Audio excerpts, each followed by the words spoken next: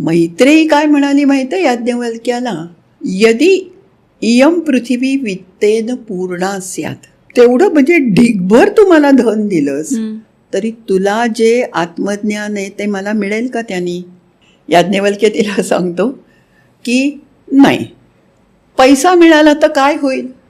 यथावै उपकरणवताब जीवितम स्यात् तथैव ते जीवितम भवती. उपकरण, माझ्याकडे 4 मोबाईल्स आहेत, एक ॲपलचा आहे, 5 घरं आहेत, एक फार्म हाऊस आहे, ही उपकरणं आहेत सुखाची. म्हणजे तुम्हाला सुख मिळेल असं नाही, तसं तुझं आयुष्य होईल. पण पुढचं वाक्य खूप महत्वाचं आहे आणि माझ्या मते ही उपनिषदाची फिलॉसॉफी सगळ्यांनी लक्षात ठेवायची.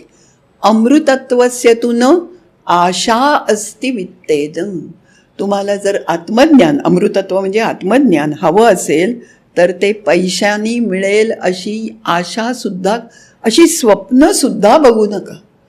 पैशानी नाही मिळणार आहे ते.